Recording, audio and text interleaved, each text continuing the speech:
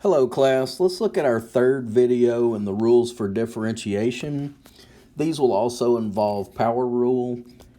Our first example, 3x over x to the negative fifth power. By property of exponents, we can rewrite that as 3x to the sixth. There's an x to the first in the numerator. When we move the denominator up, the negative 5 becomes positive, and we add 1 to it. When we take our derivative,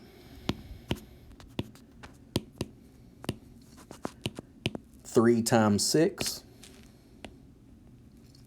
6 minus 1, and there's our derivative. Some of these just have little exponent tricks in them that once you catch them, that's not bad. It turns into something pretty manageable. Our second example, 5 square root of x over 6. This one we can write as 5/6 x to the 1/2.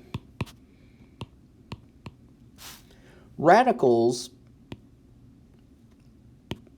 can be rewritten with rational exponents. The power underneath over the root is how we can rewrite a radical term. So square root of x is written as x to the 1/2. Now when we take the derivative, y prime is equal to 5/6 times 1/2 x to the 1/2 minus 1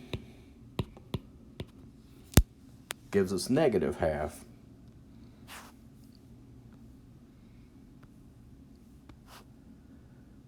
In our third example, f prime, 5 times negative 3, negative 3 minus 1, and our second term x, 1 times 1, they're both unwritten coefficients and exponents. X to the 1 minus 1 is 0, so that's where we stop with a derivative. The derivative of x is simply 1.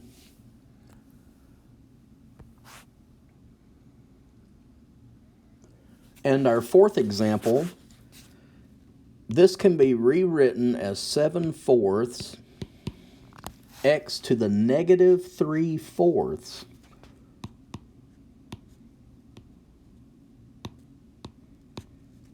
Let's see why.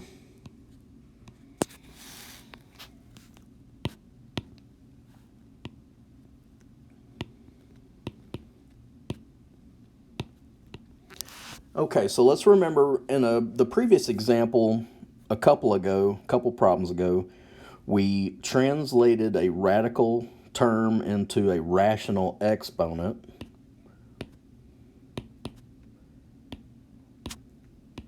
And in another, when we cross the divide bar, or look at it as a reciprocal, we negate the exponent.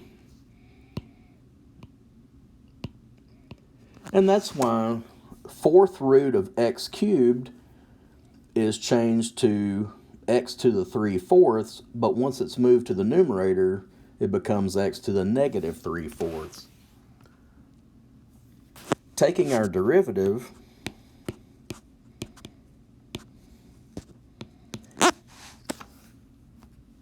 so let's go back up here, 7/4 times negative 3/4. What does that give us? Negative 21/16. And then we take 1 off our power. What's that grand total? Negative 7/4.